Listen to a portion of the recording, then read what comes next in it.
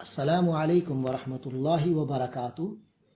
عربی زبان کی وہ تراکیب جو اردو میں استعمال ہوتی ہیں ان پر ہماری گفتگو چل رہی تھی۔ گزشتہ 7 نشستوں میں ہم نے 35 مرکبات کی وضاحت کی۔ آج کی نشست میں بھی ہم 5 مرکبات پر گفتگو کریں گے۔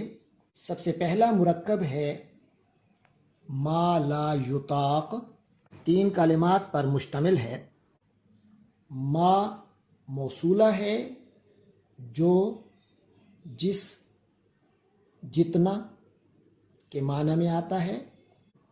دوسرا کلمہ ہے لا، لا کے معنی ہے نہیں، اور یطاق یہ طاقت سے ہے۔ یطاق فعل مضارع ہے عربی میں، یعنی حال اور مستقبل کے زمانوں کے لیے یہ آتا ہے، اور یہ مجہول ہے، تو اس کا یطاق کے معنی ہے طاقت دی جاتی ہے۔ لا یطاق طاقت نہیں دی جاتی ہے، ما لا یطاق جس چیز کی طاقت نہیں دی جاتی ہے۔ یہ تو ہے لفظی مطلب، جس کی طاقت نہ ہو، ایسا کام جو استطاعت سے باہر ہو، اس کے بارے میں کہا جاتا ہے ما لا یطاق۔ مثلا اسلام میں تکلیف ما لا یطاق جائز نہیں۔ اگلا مرکب ہے ما لہ و ما علیہ۔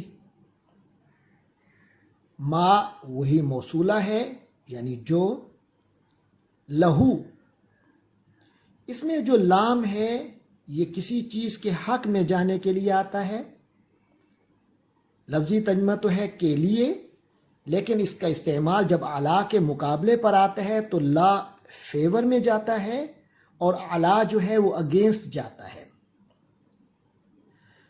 تو ما جو لام فیور کے لیے اور ہو اس کے، ما لہو جو اس کے فیور میں ہے، جو اس کے حق میں ہے، وما اور جو علیہ اس کے کی مخالفت میں ہے، اس کے خلاف ہے۔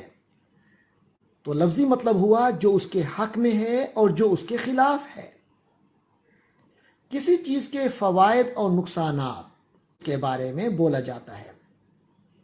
مثلا میں اس چیز کے ما لہو و ما علیہ سے بے خبر ہوں، یعنی مجھے نہیں پتا کہ اس چیز کے کیا فائدے ہیں اور کیا نقصانات ہیں۔ اگلا مرکب ہمارے پاس ہے مد ذلہ۔ مدہ مد سے فعل مجہول ہے ماضی کا۔ مد کے معنی ہوتے ہیں کھینچنا، اس سے فعل ماضی آتا ہے مدہ، اس نے کھینچا۔ اس سے مجہول پیسے وائز بنا مدہ، کھینچا گیا، دراز کیا گیا۔ ذل، ذل کہتے ہیں سائے کو، ذلہ اس کا سایہ۔ لفظی ترجمہ تو ہے کہ اس کا سایہ دراز ہوا، لیکن کیونکہ دعائیہ اسلوب میں آیا ہے تو دعائیہ اسلوب میں ہم ترجمہ کریں گے اس کا سایہ دراز ہو۔ کسی بھی زندہ بزرگ کے لیے کہ اللہ تعالیٰ ان کی زندگی کو دراز فرمائے، اس کا استعمال ہوتا ہے کہ ان کے نام کے بعد یا ان کا ذکر کرنے کے بعد مد ذلہ کہہ دیا جاتا ہے۔ ہمارے یہاں ایک عوامی غلطی ہے کہ اس کو مدہ ذلہ کہتے ہیں، یہ مدہ نہیں ہے۔ مثال، میرے استاد محترم مد ذلہ مجھے کامیاب انسان کے طور پر دیکھنا چاہتے ہیں۔ اگلا مرکب ہے مستجاب الدعوات۔ 2 کلمات ہیں، پہلا مستجاب ہے، اس کے اصلی حروف جیم واو با ہے، جو جواب ہماری اردو میں استعمال ہوتا ہے، جواب دینا۔ اس سے استجابہ ہے یعنی جواب حاصل کرنا، جواب پا لینا۔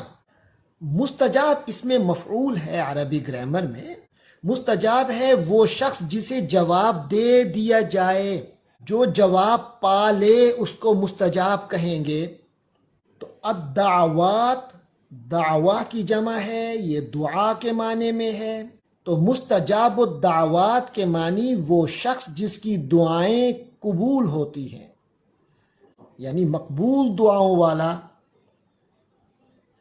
مرادی معنی کسی شخص کے بارے میں یہ تصور یا خبر کہ اس کی دعائیں قبول ہوتی ہیں، اس کے بارے میں ہم مستجاب الدعوات کا مرکب استعمال کرتے ہیں۔ یہ صفت اس کی ہوتی ہے، اس کے لیے اس صفت کو استعمال کرتے ہیں۔ مثال، اللہ والا مستجاب الدعوات ہوتا ہے۔ آج کی آخری ترکیب ہے مضا ما مضا۔ مضا سے ہی ماضی ہے، ماضی گزشتہ دور کو کہتے ہیں، اور مضا اس وقت کو کہتے ہیں، اس واقعے کو کہتے ہیں، اس چیز کو کہتے ہیں جو گزشتہ ہو جائے، جو گزر جائے۔ ما موصولہ ہے، جو مضا گزر گیا، گزر گیا جو گزر گیا۔ تو دراصل کہنے کا مطلب ہوتا ہے کہ جو ہو گیا بس ہو گیا۔ یہ ایسے کام کے بارے میں کہتے ہیں کہ جسے دوبارہ ذکر کرنے کی ضرورت نہ ہو۔ مثلا، یار اپنی ناکامی کا قصہ مت چھیڑو، مزہ ما مزہ، اب دن رات محنت کرو۔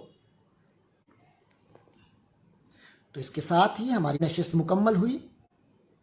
تو انشاءاللہ باقی تراکیب کے لیے اگلی نشست میں گفتگو کریں گے۔ اجازت چاہتا ہوں۔ السلام علیکم ورحمۃ اللہ وبرکاتہ۔